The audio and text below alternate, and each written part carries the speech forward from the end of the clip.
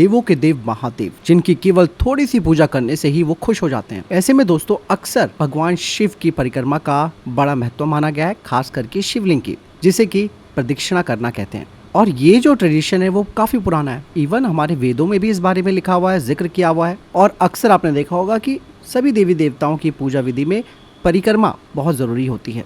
ऐसे में भगवान शिव की पूरी परिक्रमा नहीं की जाती, ये बात आप सब जानते हैं। उनकी आधी परिक्रमा की जाती है।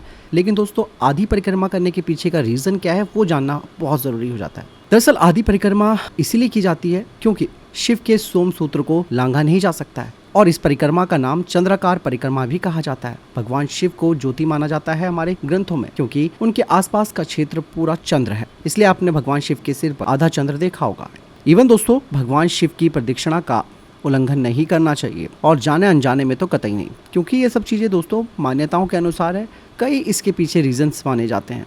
बाकायदा अगर आप सोम सूत्र को पढ़ते हैं तो उसमें एक शक्ति स्रोत है, जहां आपको पता चलेगा कि अगर भगवान शिव की परिक्रमा को आप नहीं मानते हैं या फिर उसे लांघते हैं तो इससे आप पर नेगेटिव एनर्जी का असर पड़ सकता है, आपके काम में रुकावटें आ सकती हैं, और आपके शरीर और इवन आपके मन में भी बुरा असर पड़ सकता है। यही वजह है कि भगवान शिव की आधी परिक्रमा का ही महत्व बताया गया है। बाकायदा ये एक तरीके का आदेश आप समझ सकते हैं। अर्धचंद्राकार प्रदक्षिणा ही आपको करनी है।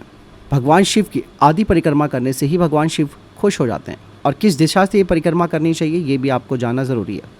भगवान शिव के शिवलिंग की परिक्रमा हमेशा बाईं ओर से शुरू की जाती है और जलधारी तक करनी चाहिए, फिर उसी विपरीत दिशा में लौटकर दूसरे सिरे तक आपको आना होता है।